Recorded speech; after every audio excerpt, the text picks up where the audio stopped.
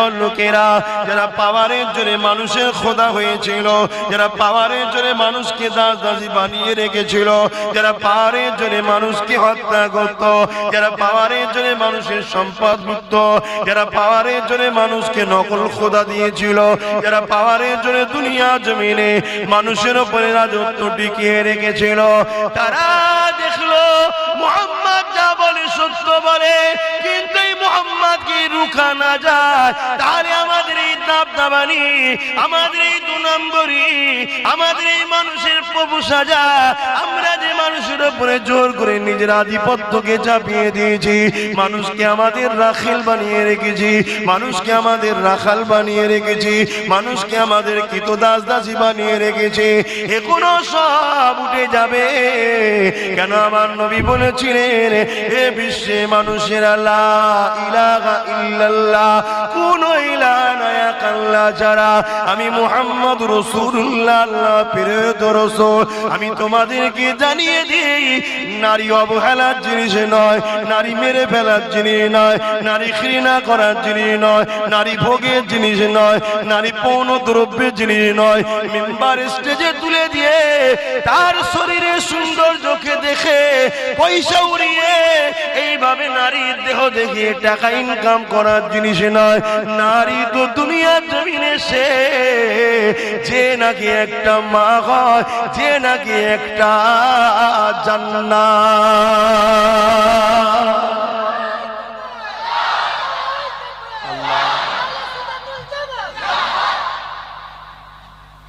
Abu Jahl Utba দেখলো, ওরে সর্বনাশ, একে তো রুখতেই হবে, নাই সব রুখে দেবে, সব উল্টে যাবে, আমাদের বদমাইশি ভণ্ডমি সন্ত্রাসী সব মিটে যাবে। এটা কি আমার নবীর বেলায় নতুন ছিল না, আগেও ছিল? হ্যাঁ, ফেরাউন থেকে এই কোয়ালিটির তো, নমরুদ এই কোয়ালিটির তো, সাদ্দাত এই কোয়ালিটির। যুগে যুগে একদল লোক আল্লাহর সৃষ্টিগুলোকে জ্বালিয়েছে, আর মহান রব্বুল আলামিন তাদের হাত থেকে মানুষকে মুক্ত দিবার জন্য ওই নবী রাসূলদেরকে পাঠিয়েছে। আর নবী রাসূল আসবে না। এবারে মুজাদ্দেদ 100 বছর আগে কিংবা পরে, মুজাদ্দেদরা অবর্তমানে মুজাদ্দেদের সিলসিলার খাদেমরা, আলেম উলামারা, আমরা তাদের বাচ্চারা কাজ করছি। আমাদের কথা তো আপনাদের অনেকের পছন্দ হয় না, ভাবেন আমরা কিছু ভুল করছি।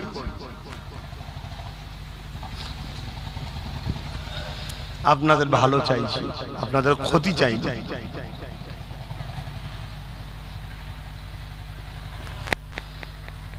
আল্লাহ নবীকে অনেক কষ্ট দিয়েছিল, অনেক দিক দিয়ে নবী পাককে রুকার চেষ্টা করেছিল, এমনকি যারা আমার নবী পাকের কাছে যাবে তাদেরকে হত্যা করার পর্যন্ত ফতোয়া জারি করে দিল।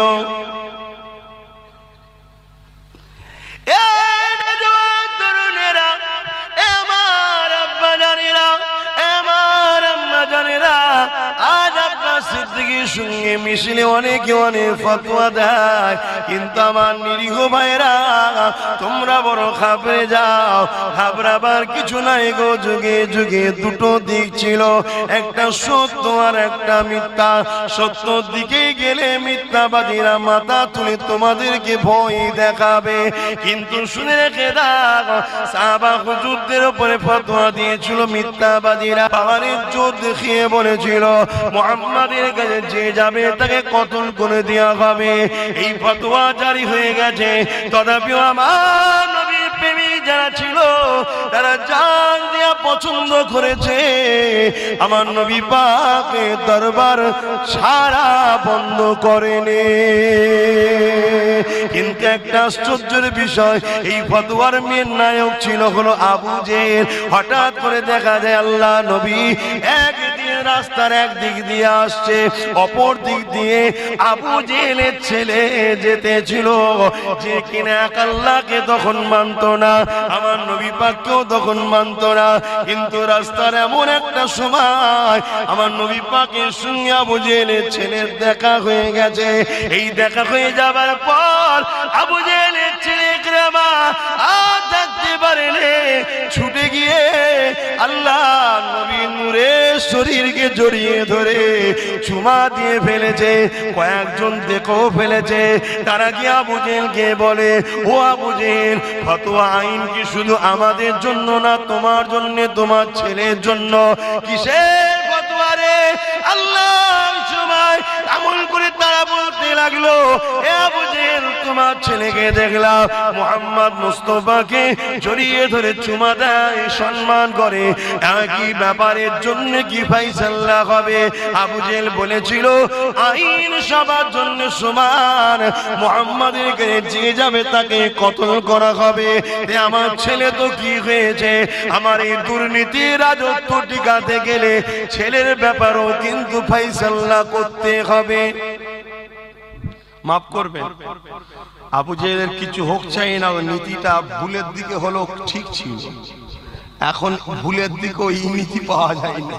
কি এই জায়গাটা যাই হোক নীতিতে মজবুত ছিল, ভুল কিন্তু তারপর ভুলেতে ঠিক ছিল, নীতিটা কঠোর, আইন আইন।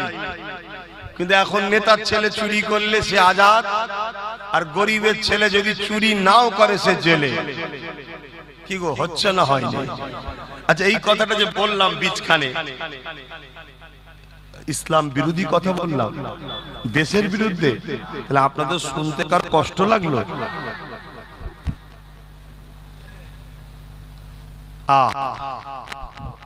কত মানুষ আমার দেশের আর খরব কোটি টাকা লুটে নিয়ে সব ঘুরে বেড়াচ্ছে, তাদের ঘরে জেলেও কখনো ধরা হয়নি, আর কোর্টেও কোনদিন ডাকা হয়নি। আচ্ছা, আসামে দেখো প্রায় 14 লক্ষ আমার অমুসলিম ভাই, হিন্দু ভাই, আদিবাসী ভাই জেলে ভরে আছে। কেন? অপরাধ কি তাদের? গরিব। অপরাধ একটা গরিব।